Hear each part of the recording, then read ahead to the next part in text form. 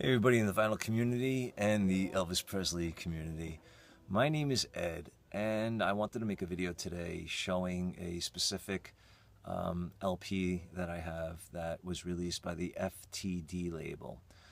For those of you who are not familiar with the FTD label, it was a label that was created by basically, or I should say exclusive to the Elvis Presley Fan Club.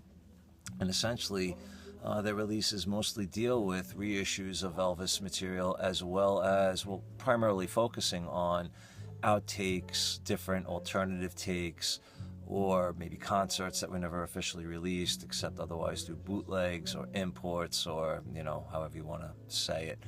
But back in 1999, they released through FTD a bunch of CDs of all different, outtakes and concerts, and then they started doing what they called the Classic Album series, where they would release albums on CD of Elvis's through his career, but with a lot of added bonus outtakes and things if, they were available in the vaults.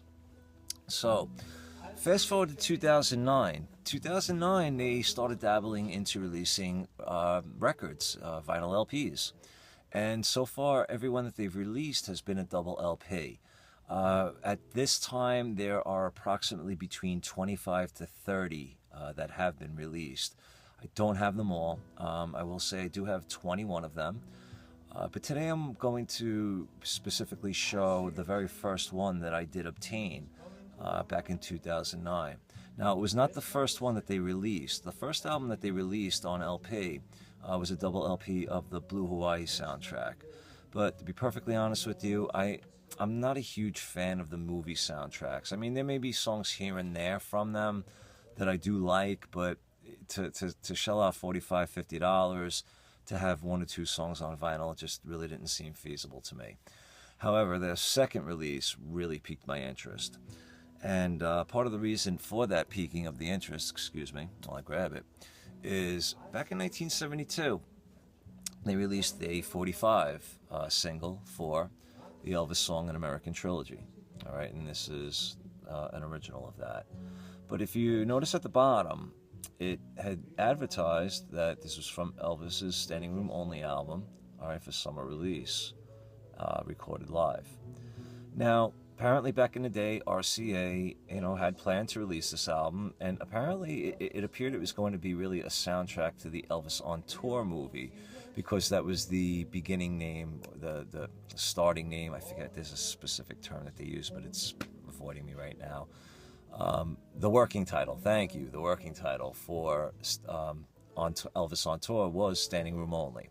But somewhere along the way, through other releases and whatnot, it never saw the light of day. So it just got scrapped and was never heard of again. Although RCA at the time did have a catalog number for it, an LSP number. The LSP number is a number that was, identify each of the albums that were released. Well, it was LSP if it was stereo, or LPM if it was mono. But this would have been a stereo release, so it had an LSP number. So now, again, fast forward to 2008, FTD came out with what their version of what they felt Standing Room Only would have been had it been released back in 1972 as originally planned. Now, there was never, from what I understand, they never actually found what the song listing would have been. There was no recorded papers left behind showing that, okay, this is what the song selections would have been. So FTD basically took it upon themselves to put together the songs of the time that were recorded or released around that time and compiled it into the album that they felt may have been Standing Room Only. So without any further talking, this is that album that they put out. So this actually would have been the alternate cover, from what I understand. The original cover for Standing Room Only was actually exactly the same cover as the Live from Madison Square Garden album. The same picture, I should say, but just, with different graphics and writing on it. So essentially, if you look at the sticker, it basically tells you that, the album that never was, and it's a double LP set. The first album is, what they feel would have been the album what the album would have been. And the second LP is mostly consisting of outtakes and whatnot, which you may be hearing in the background. I put it on lowly because I don't want to have any copyright issues or problems, but I'm hoping that if I talk over it, it really won't be an issue. Excuse me. Here is the back of what the LP cover looks like. And the thing that's neat about it is, like I said, they did release an LSP number. So the LSP number for Elvis Now and He Touched Me, actually, it would have gone right in between these two albums had it been released. All right, but let's see. Here's an idea of what the song selections were. Okay. And then side 3 and 4 consist mostly of outtakes and different takes. All right, but the first side, basically what they did was they took the songs, like I said, of the day, Separate Ways, which was released on a Camden budget album. Never Been to Spain is a live version from, I believe, Vegas. You Gave Me a Mountain, a live version from Vegas. For the Good Times, that was another song that was released on a Camden album. And The Impossible Dream was released on the Fool album. Burning Love was released on another Camden release, which, for those of you who may not be familiar, Camden Elvis releases were what they called budget releases. Essentially, they had maybe 1 or 2 good songs or a hit on it, and the rest were just filler for the most part. Always on My Mind happened to be on the Camden release of Separate Ways. It's a Matter of Time. It's Over is a live version. It's Impossible is a live version. Where Do I Go From Here? That was released on the Fool album. And of course the single for American Trilogy. Now, these albums are extremely well produced. They're expensive.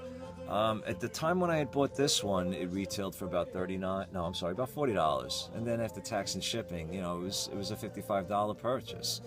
So, but I gotta say, I kind of felt like it was worth it because they really did a quality job with these. Nice cover, very well done. It's a gatefold also, which I will show you.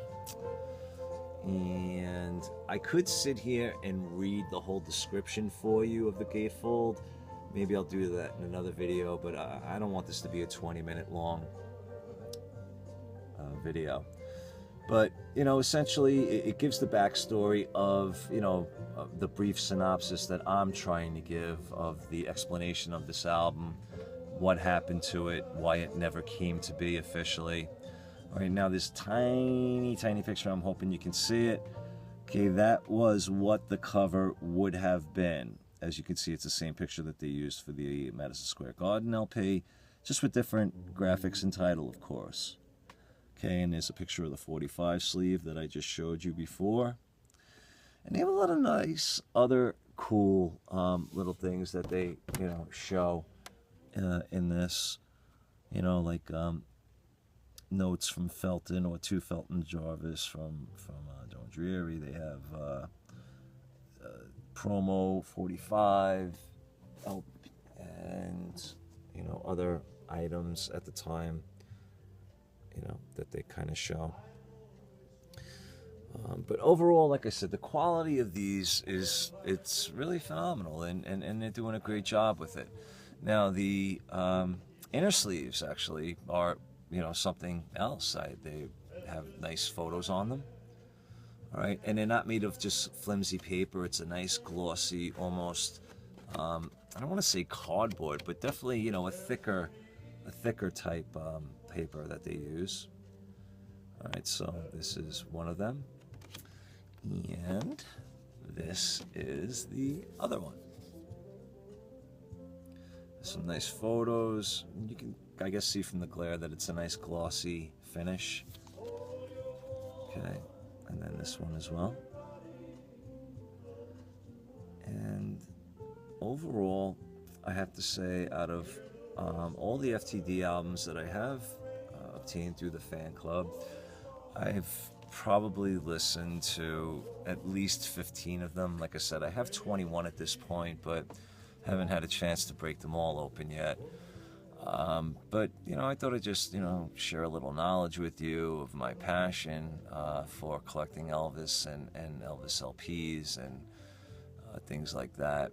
and basically I'll probably do another video showcasing or showing all of the FTD LP releases that I have, and then maybe even after that do a different review of the different or show each individual album separately instead of just doing a group video. I'm not quite sure yet how I'm going to do this, but whatever.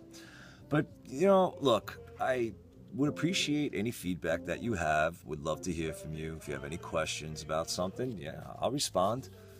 Criticism, I'm all for it. Suggestions, I'm all for it. I have thick skin, so lay it on. I think it'd be great. All right, but just to give you an idea too of what I was talking about, the Camden releases. All right, so for example, when Burning Love was released, it was basically put on this album called Elvis Burning Love and Hits from His Movies, which really weren't many hits from the movies.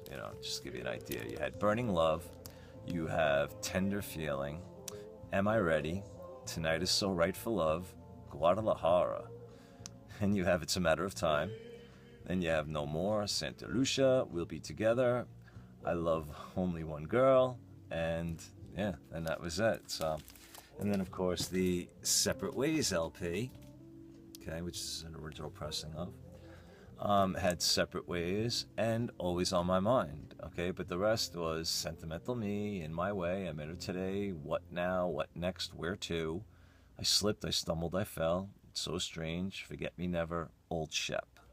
So, basically what they did was they amalgamated what was released on this, what was released on this, what was released on the 45, which I misplaced, and essentially then turned it into this.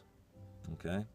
So, I really don't know what else I could say about it. I like it. I think it's great. So far, all of these LPs that I've gotten, I have had no complaints about. Quality has been fantastic, and they really do a nice job with the packaging and the mixing and the pressings. Just really nice, really clean, and overall really, really good stuff. So there's my opinion, and showing the LP itself. Hopefully you found this somewhat interesting, or maybe even somewhat entertaining. But again, I'm open to comments, criticism, constructive criticism, rip me apart, whatever you feel like you want to do. But hopefully there'll be more videos coming, and I really appreciate you watching, and thank you very much. And God bless.